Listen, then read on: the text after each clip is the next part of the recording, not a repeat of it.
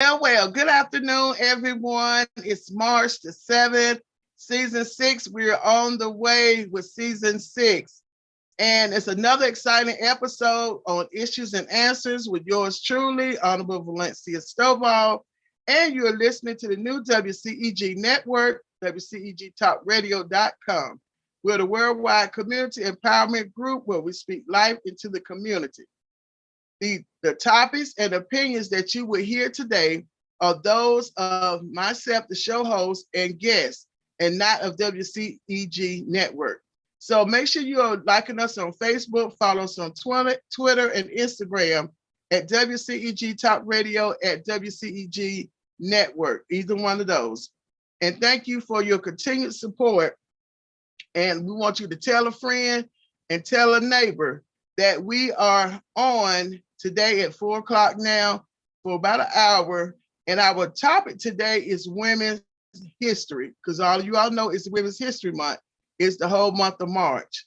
But before we get into the show, I would like to pause today to pray for peace in this world. As we all know, there is trouble overseas, which also affects us here in the U.S. Whenever there is war, there are always casualties and disruptions. So may God give the leaders who have to make these decisions wisdom for our entire world, because it is affecting us across the world. So in celebration of Women's History Month, I didn't have to look very far when I thought about women in history. I'm surrounded by successful women in their own rights. I'm strengthened by their presence, their love, and care they have imparted upon me in everything that I'm doing, and those who have come into contact with them. Started with my two grandmothers. So I had some powerful grandmothers.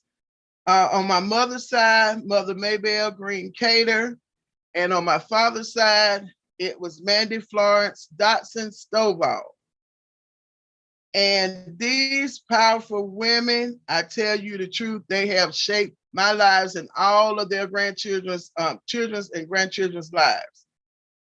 My grandmother Cater, she raised 8 children with my grandfather, Charlie Cater. She had a sweet presence about herself. She never met a stranger, and she loved to play the piano. Although she never took piano lessons, she self-taught. She taught herself to play, and she loved to sing. One of her favorite scriptures she would always say to us, especially to me, was Deuteronomy 28. If you fully obey the Lord your God and carefully walk and follow all his commands that are given to you, the Lord your God will set you high above all the nations on earth. You will be blessed in the city and blessed in the field. If you don't obey, you will be cursed and your generations as well. That's the short version. Of course, it's a long, Deuteronomy 28 is very long, but she would always say that whenever we would be around her. One of her songs she loved to sing, and I can hear her singing it now, is if I can help somebody along the way, then my living would not be in vain. So I spent a lot of summers over my maternal grandparents, the Cater's house, and my grandmother Stovall. She raised 12 children with my grandfather, a Crowder Stovall. Now she was a tall woman, very poised, and she loved to cook, and I loved to eat. She was very stern, and she loved her children and grandchildren. Both my grandmothers did. Both of these women made such a positive influence on my parents that it was passed down to their children's children and probably some more children by now. I thank God for my strong grandmothers who held their families together with prayer and love. My mother, Nancy Stovall, was quiet but very stern and smart. So we're talking about women history. And why not start with our own history when we're recognizing the impact that women have made across the world? And although those 3 women in my life, including my mom, she wasn't a people person like my dad, and like none of her children. She wasn't a people person. but she always made sure that we had a safe and loving place to come home to. And that meant a lot. And although the three women, both my grandmothers and my mother, are no longer alive on this earth, I still carry them in my heart. Because of them, I am here today, and I'm also being able to be a blessing to others because of the legacy that they left and imparted upon me. So I salute the many women like Maybelle, Mandy, and Nancy. So I don't know if my guest has come in yet. I'm a little bit ahead of time, but my special guest today, you all are going to be so excited to hear from her, the experience that she has, and what she's going to bring to the show today. But as we continue to talk about Black history, not Black history, but Women's History Month, of course, it's been ringing in the news about the selection of the first Black woman to the Supreme Court. And her name is Judge Ketanji Brown Jackson.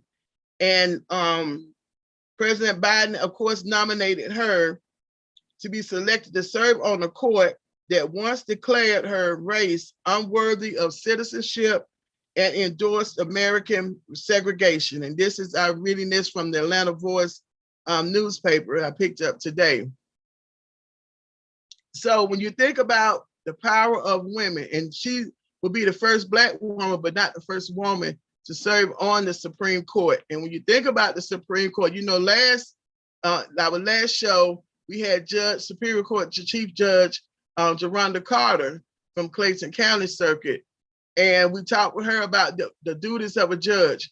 And so they fall in the same line when you start talking about the Supreme Court, but the Supreme Court is the highest court in the United States. And they hear those cases that have not been taken care of on the lower court levels, and that have been appealed and said, we want another opinion about what the law actually says.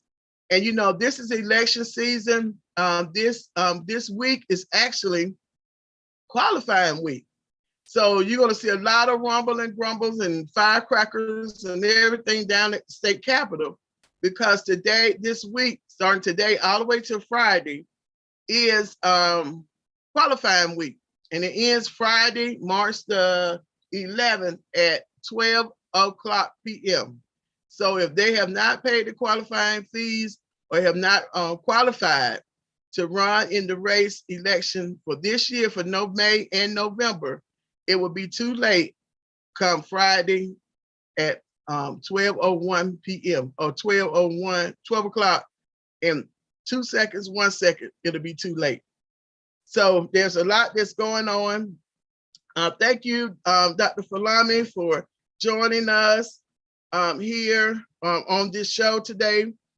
And so when you think about the High Court and you think about why do our issues get brought up to the Supreme Court? Well, it's the lawmakers. And as you know, the state legislators are in session. This is actually, I think, they have about 4 more weeks left for session.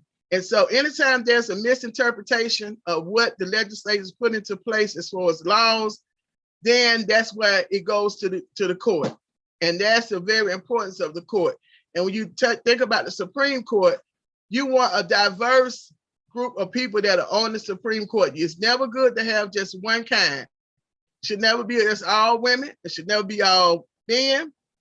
It should never be all one particular race, because there are issues that affect different type of people and different diverse people. And you need to have someone on there that can see all the different point of views, even though they may not have, sometimes if you're not exposed to certain environments, then you might not know how to fairly judge or know what the situation is that's going on. So I just want to make sure I mention that. So we'll definitely keep our watch on seeing, the U.S. Senate are the ones that actually will confirm the Supreme Court nominee. So the president makes the nomination, and the Supreme Court, the U.S. Senate are the ones that confirm and really say whether yes or no that this person can serve as our Supreme Court justice. And that is a lifetime appointment. So there's no elections when it comes to the Supreme Court, the highest court in the United States. All right, I think that our guest has arrived, and we have none other than a woman of 42 and grace, Miss Pamela Franklin Stegall. She's started a nonprofit for the arts that takes the will, and it takes will and power and persistence to be able to start a nonprofit. You can hear it in her voice. You all will hear when she begins to tell us about her organization, and you will see how much joy she has in the impact that her organization has made for 10 years in the lives of young people. The Pamela D. Franklin Cultural Center for the Performing Arts is a registered 501c3 and was founded in 2012. It uses the power of performing arts to promote the importance of self-expression, install respect of cultural differences, demand social justice, and raise environmental awareness. They believe that arts has the power to transform lives. So welcome, Ms. Pamela, and thank you for joining us. Good afternoon or good evening, and thank you so much for this opportunity to be on Issues and Answers. I am truly excited. Thank you. So we're going to jump right in. So how did you become so interested in arts and entertainment, especially being a woman? I am so happy you asked me that, Valencia. Let me tell you, this is how I put it. Imagine, if you will, a 5-year-old girl sitting in what seemed like the largest room she had ever seen, the school auditorium. Through her eyes, it was so beautiful and so clean, with what seemed like a million chairs lined up neatly in rows. She happened to be sitting on the first row with her kindergarten class when all of a sudden the lights faded, the music started, and a group of older kids entered the stage. One of the young men reached for the microphone and began to sing, "Another Saturday night and I ain't got nobody. I got some money because I just got paid." That's a song that was recorded by the legendary Sam Cooke. But Valencia, in that very moment, the 5-year-old fell in love. Now, I'm not talking about with the singer, although he was quite handsome, but with that entire performing arts experience. And that's how I came to love performing arts. Wow, wow. That's something else, is being such a young age, at the age of 5, and being able to be so influenced. And just think, if you had been somewhere else at that particular time, we would not have the organization, probably not have the organization that you have today. Not at all, Valencia. So what are some of the challenges that you face being a woman and an African-American founder and executive director of a nonprofit that's focused on arts and entertainment? I find the challenges that I run into are two different things. First of all, funding. You have to have funding to run your programs. And some people think with a nonprofit that it may be compared to a for-profit where you're making money and somebody's putting it in their pockets. But I like to explain that with funding, we pay the master instructors. We want to get the best instructors to come in. We want to get the best lecturers to come in and talk. We want to host the best research field trips, and we have to charter a bus. And so I find it very challenging to obtain funding when most of the foundations or so forth, they want you to do a one-to-one match. So if I'm proposing $10,000 to run a program, sometimes or most of the time, the funders say, well, you need to have $10,000 before we'll give you $10,000. So I think it's just finding the grants and the different programs that will provide funding for our cultural arts programs. And then the second part of that is making sure that we apply on time, making sure that we submit the proposal on time so the funds can come in during the fiscal year. So I think organizing that and finding funding that will meet the initiative of the funders or the foundations or the government or what have you has been my biggest challenge. The other thing is space, where you have to have funding to have space to operate a program. So what we were doing as an organization, we were leasing space at recreation centers or dance studios, but we're ready to get our own space. And so I'm going to overcome these challenges. Wow. That is something I know. I sat as a commissioner on the Georgia Council for the Arts for several years. And I got a great opportunity. I was appointed by Governor Deal when I was a legislator. And I got an opportunity to travel around the state and see what was really going on in arts and entertainment. I liked the arts and everything, but it's just like once I was able to be appointed to that position, it just opened up a whole nother avenue, a whole nother world that I hadn't even thought about.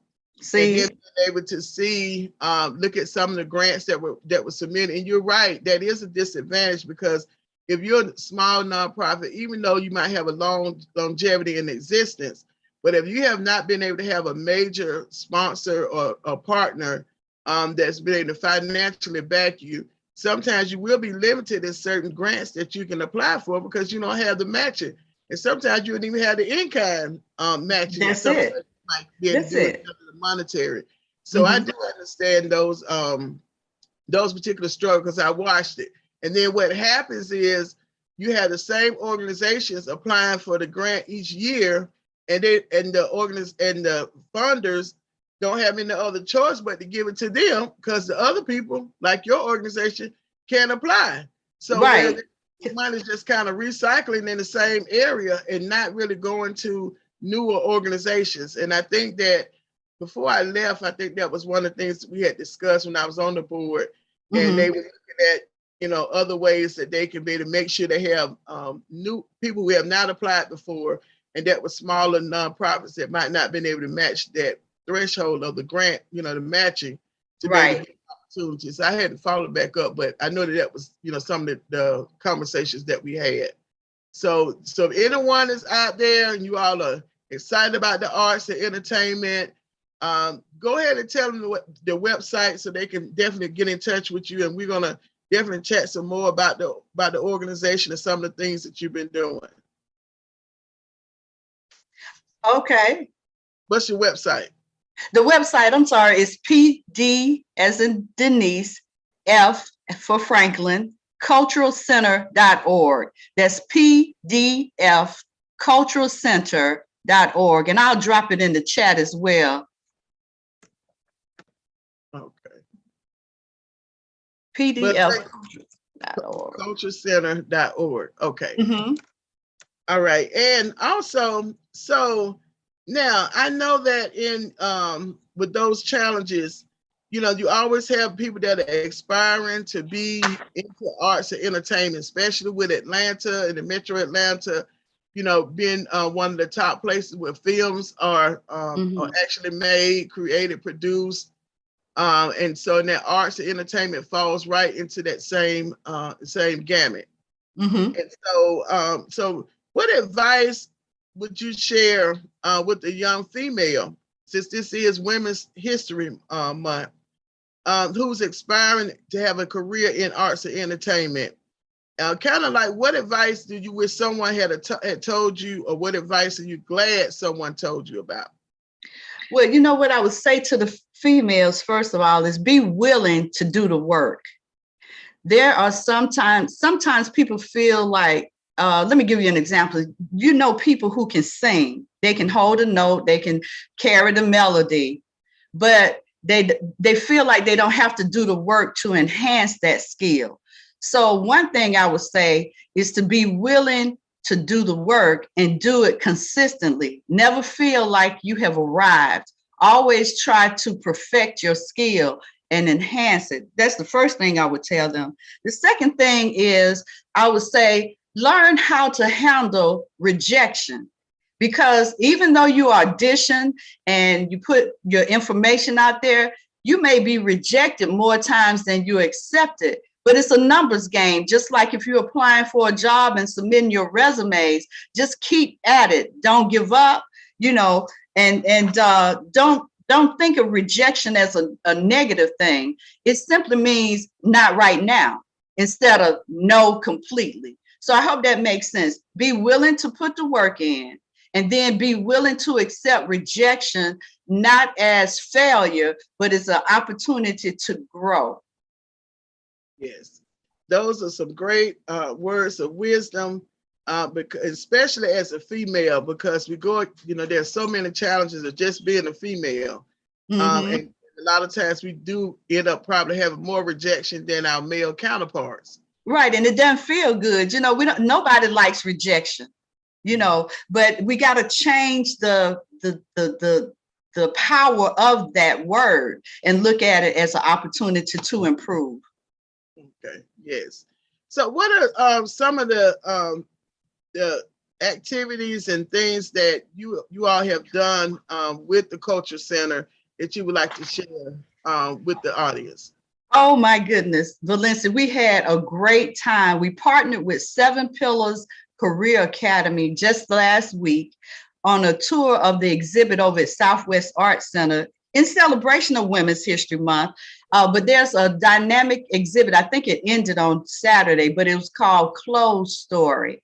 And I tell you, those young people were so captivated and engaged. The creator of the exhibit, he took time out to stop by.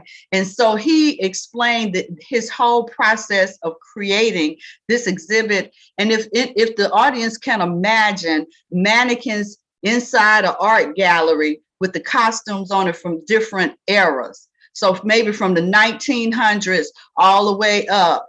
Or let me take that back. It probably was the 1800s all the way up to maybe the 1970s or what have you.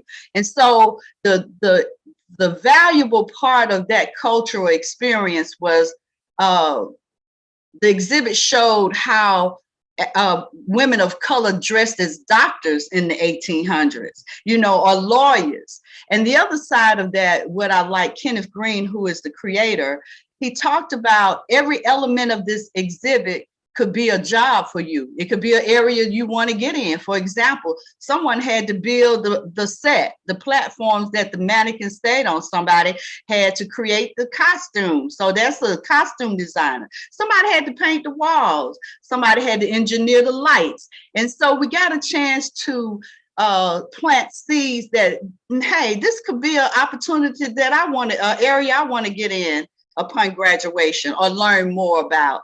So I was just totally excited. And then not only that, we took a tour of the Southwest Arts Center in particular. And you'd be surprised how many young people have never stepped into an art center or a theater. And some of the kids said to me, I've never been to a concert. I don't know what is this about? So they gained knowledge of the performing arts in that way. And so we were just excited about that. Now, before that, in February, we also partnered with 7 Pillars of Career Academy in hosting a Black History rap contest. And 2 beautiful young ladies took home the prize. They had a $50 cash prize along with a certificate of awesomeness, because I believe in lifting people up. And our children in this day and time, and I'm sure you agree, they need a lot of encouragement because there's so much going on that they see and hear. But we were delighted to present that $50 cash prize to the winner. And she'll be performing in our next upcoming event. Okay. Wonderful. Now, I know you usually have a soul count. SOUL. What does SOUL stand for, and what do y'all usually do at the Soul Camp? Oh, I'm so glad you asked me that. We actually call it Camp Soul. That's right. And okay. Camp Soul, and soul is our tagline. That means sharing our unique lives. And we thought of that simply because personally, I feel that we need to rejuvenate coming from the heart, bringing your A game. Because again, some people can sing, but can they sing from their heart? So we want to revive that feeling and set that precedence, not only in singing, but in dance and acting and creative writing. We want to revive the soul of things. So everywhere on our website, we have an I Am Soul shop on the website where you can get a t-shirt with that on there. And we have wristbands. Even our upcoming project that we're working on is called Cultural Soul.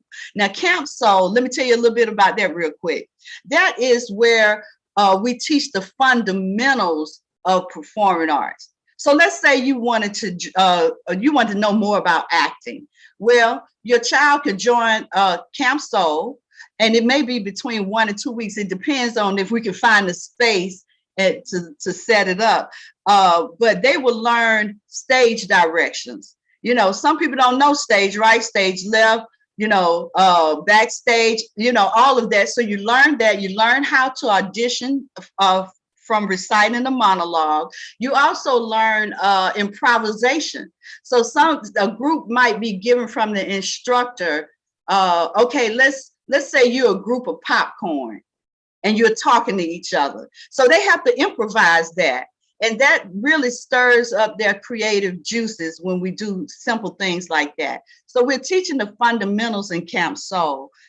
Later in this year, we're hoping to launch Cultural Soul Conservatory. So the kids who attend the Camp Soul can audition, and that's where we set out our actual ensembles and we do the work. And then we present a showcase to the community. Oh, wow.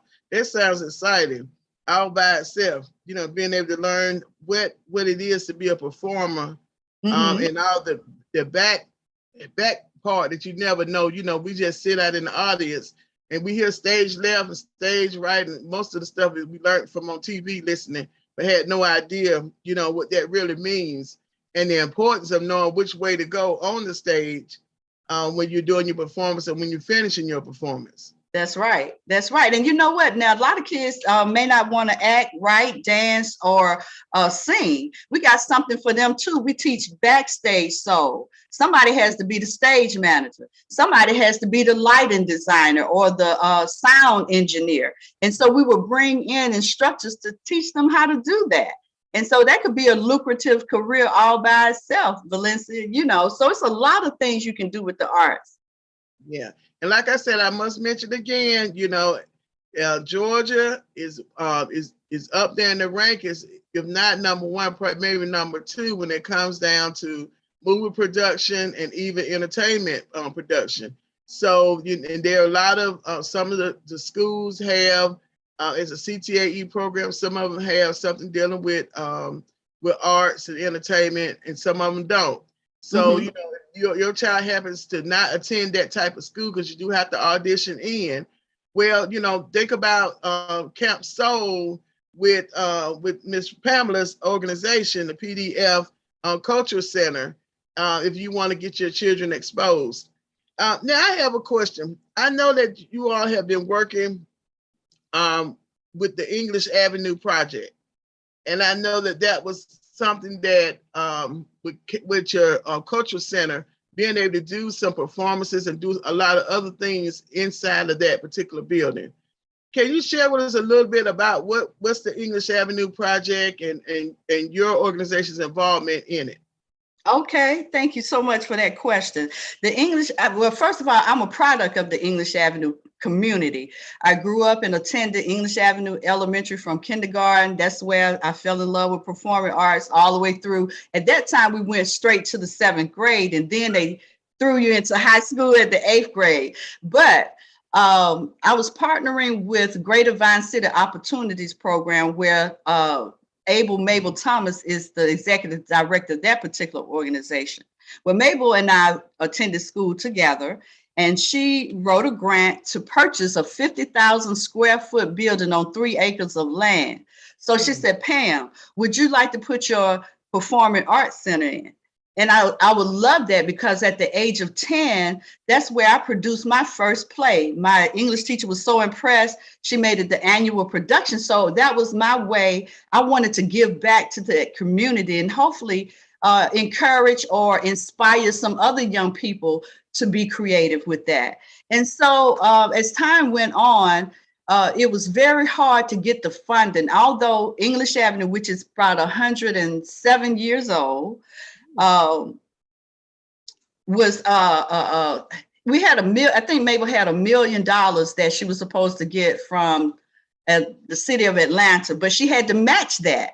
Okay. And so from that point, I think there was a partnership that kind of went sour, that didn't come to fruition, but it flipped. So what has happened, well, let me back up a little bit. Not only was the Performing Arts Center going to be in English Avenue, but she had organizations like the Urban League was coming in there. Atlanta Technical College was going to come in and do satellite classes. She was going to have space for psychologists for the community. She was going to have an organization. It was about 7 of us, 7 entities that go in this 50,000 square foot space.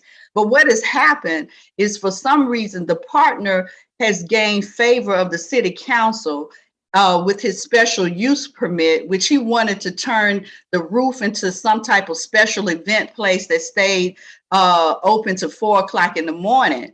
Well, the sad part about that, Valencia, is the community, they want something to happen to the school to improve the community, but they did not want that. And so it's kind of come to a standstill. Now, I would love to be over in the 30318 because I think it's needed in that particular community. So I would just ask everybody to, lift us up, lift this project up, and for the funds to come forth, for this situation to be overturned, so these community organizations can come in and make a difference in the English Avenue Vine City community. Yeah. Thank you for sharing that. I know I've spoken with Representative Ava Mabel, and I served together at the state capitol for 8 years. Mm-hmm. And I mean, we've had several conversations about, English Avenue, sharing ideas and everything. So, I am familiar, with some of the things that the vision, that was proposed for that area. And I'm hoping that it could get back on track, because anytime you have such a historic building such as that, and you have community organizations that are willing to come in to help serve the community, I think there are a lot of entertainment places outside of the community that people can go to, but you need a place to be able to develop our young people, their minds, and making sure that they understand who they are and building up their self-esteem, so that when they become older, they can have, that self-awareness. That's and right. Just like you said, at the age of 5, who knows, like we talked about earlier, where would you have been had you not seen a performance like that captured your attention? So you look at it for our current generation of young people now, they need hope. And the only way that you're going to get them hope is stuff that they're interested in, and arts and entertainment is one of those areas that they're very interested in. So I totally agree. Away from our community, let it flourish, and who knows, later on there could be a phase 3, phase 4 project, but not a phase 1 project. That's right. So I definitely wishing definitely wishing you all the best on that, and whatever I can help do, I'll definitely reach back out and see if maybe one of my upcoming shows, you all can kind of be able to come back and talk about it. You and Representative Thomas be able to come and talk about your vision, the vision is going to be there, and how the people who are interested in seeing that happen over there in that side of town can be able to help support you all in those efforts. Oh, we would love that, Valencia. Yes. So now let's talk about this social justice movement. What's your role? What you've been doing with the social justice? And we have probably about 10 more minutes to kind of talk a little bit before I go into my announcements and my closing remarks. And that hour just runs up so fast. So tell me a little bit about the social justice project that you're working on. Well, outside of being executive director of the pdfculturalcenter.org, I am the program coordinator for the social justice program at Spelman College. And we just got back from a retreat on reparations.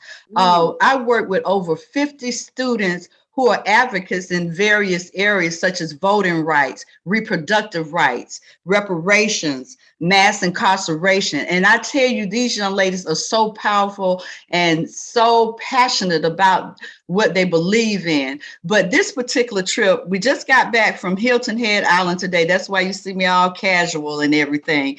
But we met with the descendants of a slave owner. Wow. Along with the descendants of the slaves they owned. And so it was very powerful conversation and discussion. And what was so beautiful about it is the descendant of the slave owner was open to hear the pain and everything, and also to brainstorm on how to fix it. So it was all about racial healing and transformation. And if we can start with a small project such as this, and if you look it up, it's reparationsproject.com, I believe, reparationsproject.com. And you'll see where they funded a program of scholars at Spelman who have been taught about not only just interviewing about the reparations, but oral history on how to interview our elders and capture those stories. So they interviewed the descendants of the slave owners, the elders in that family, and the descendants of the slaves, they interviewed the elders in that family. So we just had a fantastic time. We went to the Gullah Museum. We took a Gullah heritage tour. I never heard of Mitchellville, South Carolina. That was the first free Black town. I don't know if it was just a South Carolina thing or was that overall of where they were freed before Emancipation Proclamation. So maybe in 1862, there was a group of Blacks who built their own community, had their own stores and what have you. So it was just, excuse me, a powerful, powerful experience. Oh, I know it was. And I love history, especially when we start talking about, African-American history and our whole journey here and where we are now. And so, and then when you think about the critical race theory, this whole big, huge conversation, about, how, to me, it's hiding some history and telling some other history. That's right. History, whether it's good, bad, or indifference or ugly, it happened. And and because it happened, just like you said, that's powerful to be able to have that conversation, because most of the time it's always the descendants of slaves who are having the conversation and not those who are descendants of slave owners, because slave owners not here anymore. I don't think we got any. But their descendants, like for us as descendants of slaves, we're carrying or bringing down generations of things that have hurt and injustice and all that has happened. When you're talking to the descendants of slave owners, they're having to bring down, of course, those things that they benefited from, but also the negativity towards them because of what their forefathers did to our forefathers and mothers. That's right. That's right. Being able to have that conversation and saying, we know that you all weren't there, just like we weren't there. But there are things that happen that we're still suffering from that for some reason, some groups don't understand that. That's true. And until you sit down and have a conversation and say, okay, what are those things that are affecting you all that I would know as a descendant of a slave owner because I didn't have to go through it. I didn't see it from your eye lenses. And then the same thing over here for the descendants of slaves, of things that we see in our eyes, but they might not see. So we can't get mad at them totally because they can't see it from our eyes. So we have to almost impart each other's eyes to each other to say, look through my lens and see what we had to go through so we can come to a solution so we can all be able to live harmoniously together. But if we keep denial, we're never going to live in harmony together, because it's always going to be something that struck in our hearts and struck in their hearts, especially they get to the point where they believe, well, you all done been here long enough, you should be over it. And so that stirs up some other stuff, but that's a whole nother story. That's a whole nother story at another time. A whole nother show for that. But thank you, and I'm definitely I put the website in here on the feed on the show on the Facebook, and I'm going to definitely go and look at it and encourage others to definitely go and visit reparationsproject.com to kind of see what our young people are going and interviewing. I know it was a powerful set to be able to just sit there and listen, and hopefully to see that there'll be more opportunities like that, and maybe even taking some high school students, to be able to do the same thing as well. Because now you're talking about, all those different generations and being able to talk to each other.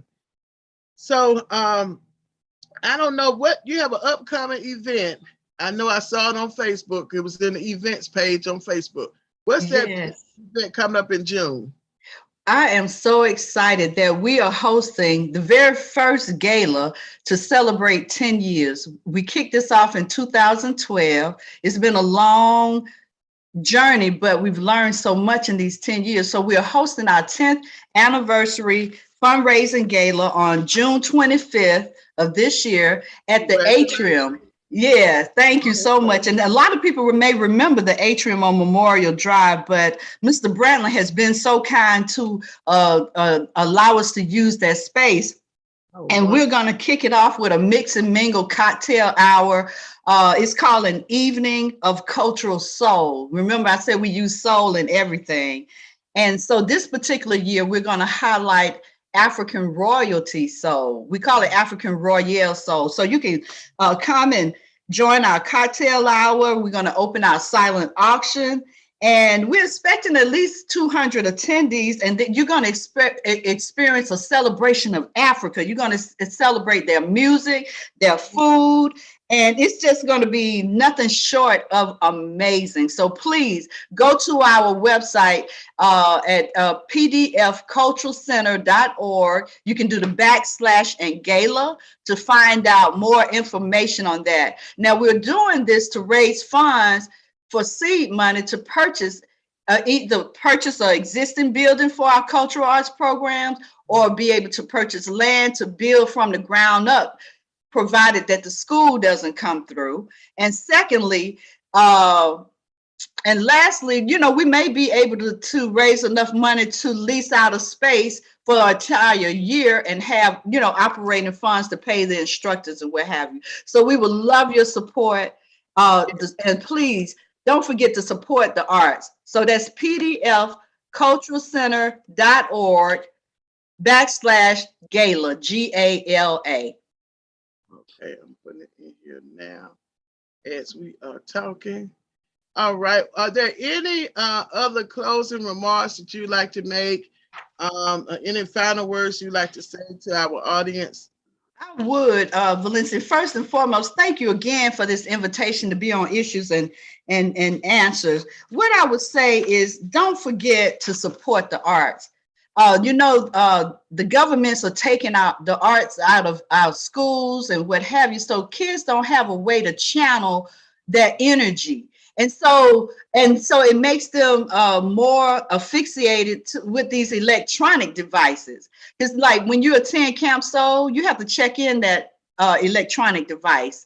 And so, we tell the parents, if anything happens, we'll be sure to make sure they get to you. But right now, we want them to focus on what we are trying to provide. But there are 5 benefits of supporting the arts. Your child will be able to utilize self-expression. They have the opportunity to express all these range of emotions through some type of art in a healthy environment. The second benefit is confidence. And that's self-explanatory. They gain confidence in speaking and speaking in front of people. The third benefit is collaboration. See, there are no winner or losers in performance art because everybody has to work together. So they learn to lead. The next benefit is, believe it or not, the performing arts has something to do with improving academic achievement. You get positive effects when kids are enrolled in performing arts or some type of creative curriculum and then go to school. They want to do better. And the last one is empathy. So my final words is support the arts, and please support the pdfculturalcenter.org. Thank you so much, Valencia, for this opportunity. I look forward to coming back with Representative Mabel Thomas to give everybody an update on the manifestation of this dream. Yes. Well, thank you so much, and we're wishing you the best with the PDF Cultural Center, the work that y'all are doing over with English Avenue, especially the social justice project, with the reparations project that you're working on. And anything else, that's going to help uplift our young people from where they are to a better place that they can be, to have that self-expression and don't have to use it, in violence. And I think that's a whole nother subject all by itself, because one way something got to come out. When it comes up, it got to come out. The question is, how does it come out? How is it personified? When it comes down to their feelings, is it going to be violence, or can they get on the stage? Can they rap about it? Can they sing about it? Can they act about, do a performance in acting? All of those things are, like I said, be in the back scenes of, making sure that the performance goes well. So everything that's going to cause somebody to be able to tap them on their shoulders, that you did a great job. I think that's why, we should support the arts and those individuals like yourself who are doing a fantastic job. So thank you again, and we'll definitely be in touch. And you all don't forget about the gala fundraiser that's coming up in June. Make sure you go visit her website, pdfculturecenter.org/gala. All right. And one thing, I am sold, you are sold, and we are sold. Yes. Thanks again, Valencia. Bye-bye. Bye-bye. Well, that was an exciting interview. Oh, I am so excited that Pamela was able to join us, even coming from South Carolina, driving in today to be able to be a guest on our show. And yes, I am sold, you are sold, we are sold, which is sharing our unique lives. I like that, yes.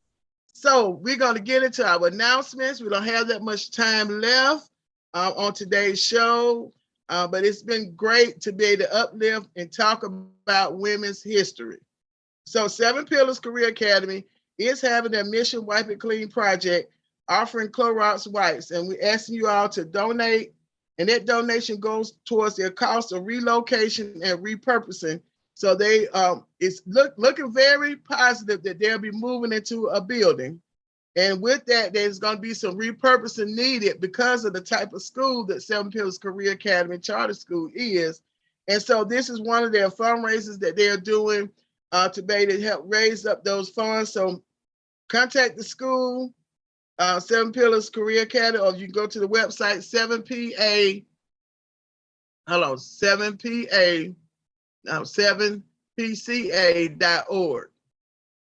Or you could Google 7 Pillars Career Academy and you'll be able to get the information. Okay, March the 21st is Single Parents Day in Georgia. Yay! Shout out to all the single parents in Georgia. If you used to be one or you still one, shout out still to you. We're going to kick it off with a Facebook Live at the state capitol, where it all started with the law. It was signed into law, House Resolution 279, that designates it every year, March the 21st, as Single Parents Day in the state of Georgia. At 4 p.m., I'll be back with my WCEG Issues and Answers show.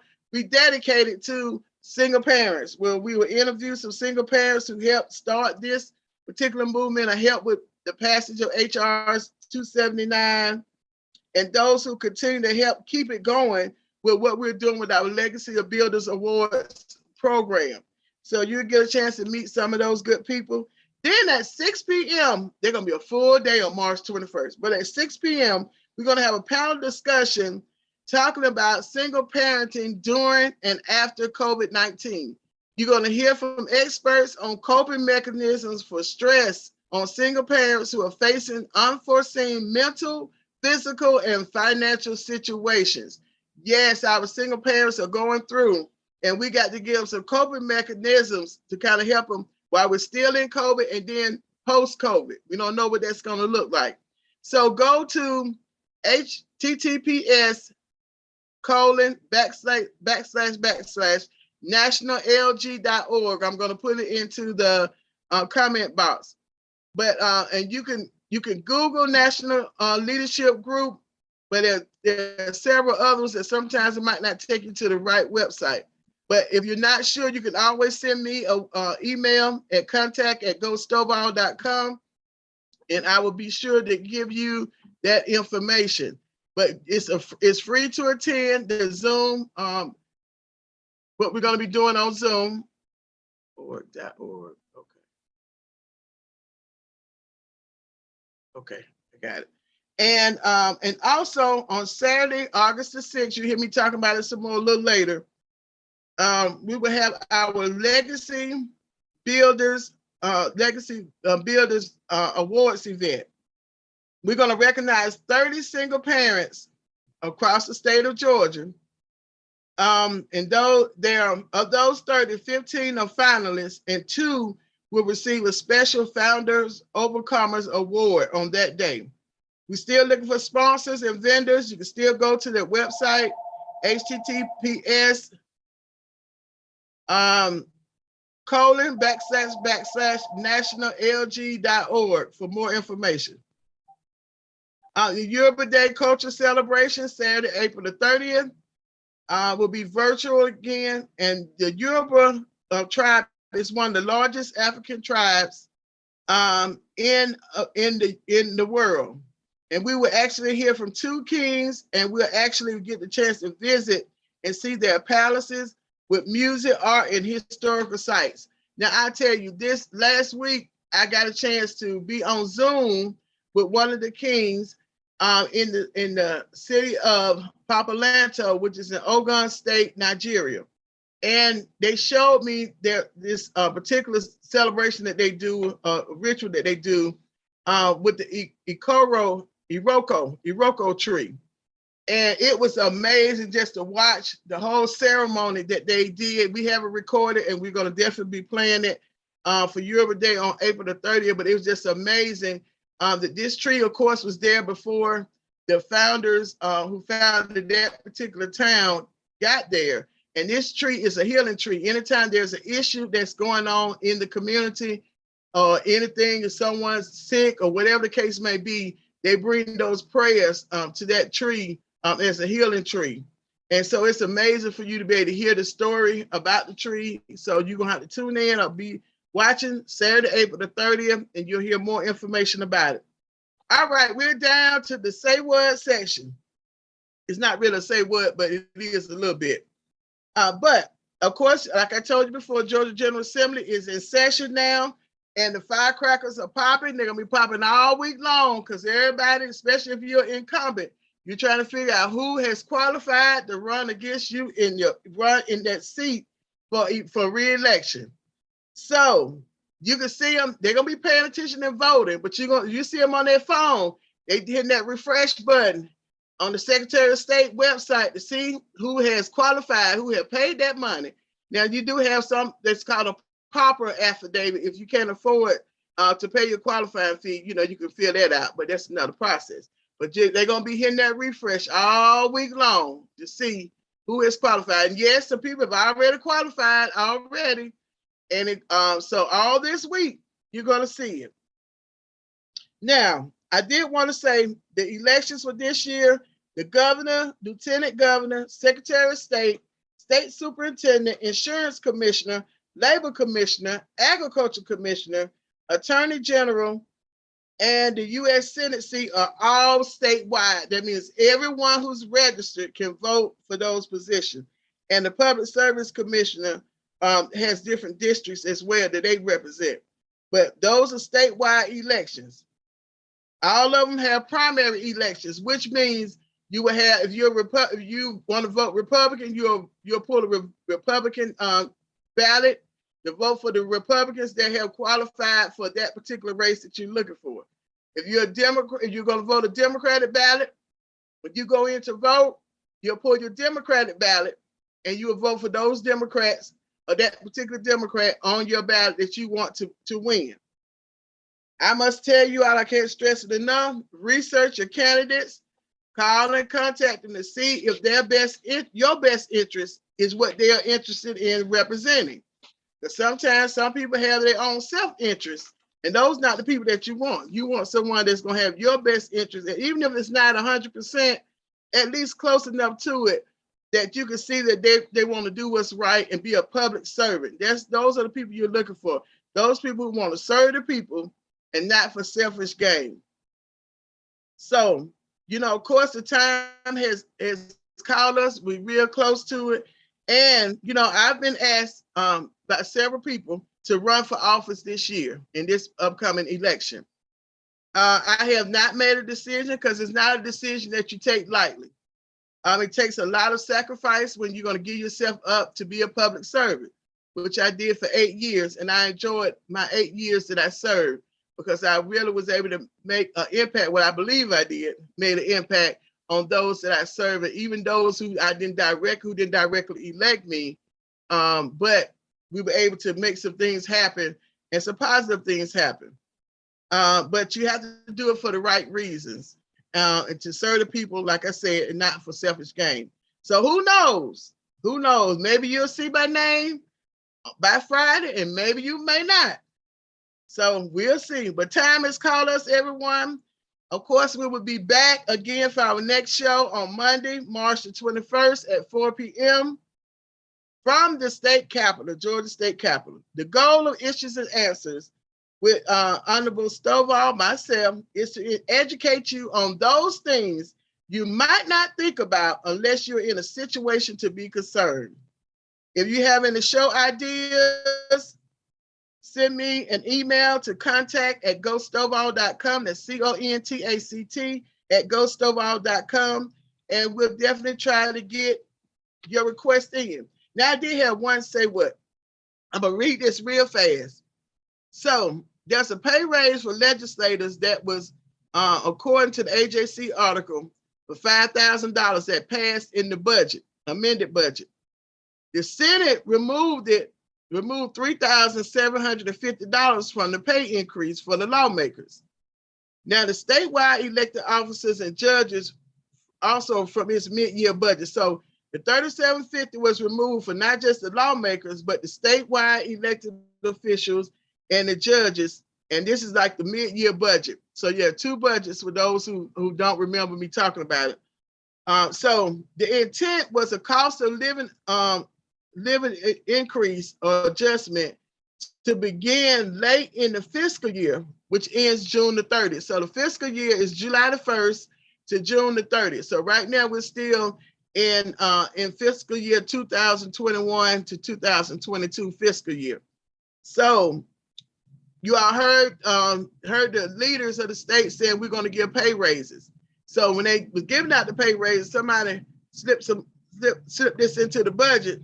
Once the other chamber saw it, took $3,750 from it, and what they wanted to do was have the state employees to receive the $3,750 as a bonus in April, and the rest would be in May and June, as the pay increase will be included in the new budget. I know I said a lot. Y'all might have to replay it again so you can catch it. But that was to say what, because it was $5,000 in there. When they got to the other chamber, they said, whoa, and they took the $3,750 out. So I had another say what about a former Brookhaven shop owner that was able to avoid jail sentencing, and he had $420,000 in fines. He had a sex toy shop. And the city of Brookhaven, this is according to AJC article, y'all didn't make this up, they had imposed an ordinance to limit the operation of sexually oriented businesses in the city. So that were across the street from an apartment complex or next to another similar operating company.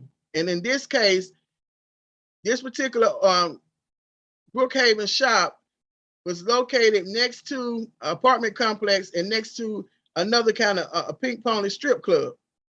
So the store had closed. I know we at 5 o'clock now.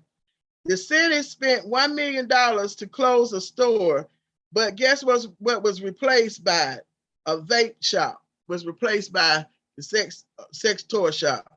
So maybe y'all might get it, maybe you might not, but that's a say what? Well, all right. Thank you all for tuning in for our March the 7th show. And we definitely look forward to talk to you all again on March the 21st. But we'll be down at the state capitol celebrating Single Parents Day. All right. Thank you. Have a good evening.